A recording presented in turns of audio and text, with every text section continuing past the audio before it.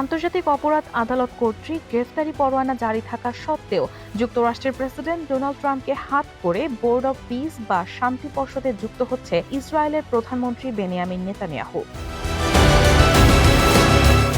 বুধবার এই তথ্য নিশ্চিত করেছে ইসরায়েলি প্রধানমন্ত্রীর দপ্তর।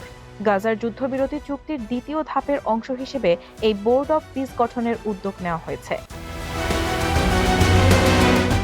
ডোনাল্ড ট্রাম্পের পরিকল্পনা অনুযায়ী এই বোর্ড ফিলিস্তিনের গাজা উপত্যকায় প্রশাসনিক সক্ষমতা বৃদ্ধি, আঞ্চলিক সম্পর্কের উন্নয়ন, পুনর্গঠন, বিদেশি বিনিয়োগ আকর্ষণ এবং বড় আকারের তহবিল ও পুঁজি সংগ্রহের কাজ তদারকি করবে।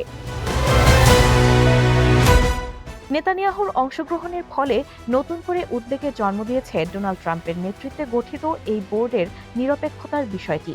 এর আগে ইসরায়েলের আঞ্চলিক প্রতিদ্বন্দ্বী তুরস্ককে নির্বাহী কমিটিতে অন্তর্ভুক্ত করায় এই কাঠামোর সমালোচনা করেছিল নেতানিয়াহুর দপ্তর। বিষয়টি ইসরায়েল সরকারের সাথে সমন্বয় করা হয়নি বলে দাবি করেছিল তারা। তবে শেষ পর্যন্ত সেই আপত্তি পাশ কাটিয়ে বোর্ড অব পিসে যোগ দিচ্ছে চরমভাবে বিতর্কিত নেতানিয়াহু।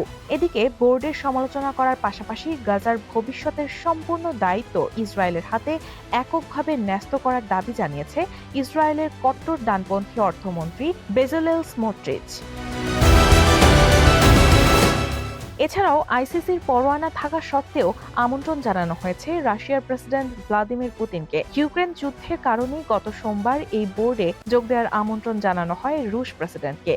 ওয়াশিংটনের এই প্রস্তাবের সব দিক খতিয়ে দেখার কথা জানিয়ে পুতিন যোগ দেবেন কিনা তা নিশ্চিত করেনি ক্রেমলিন।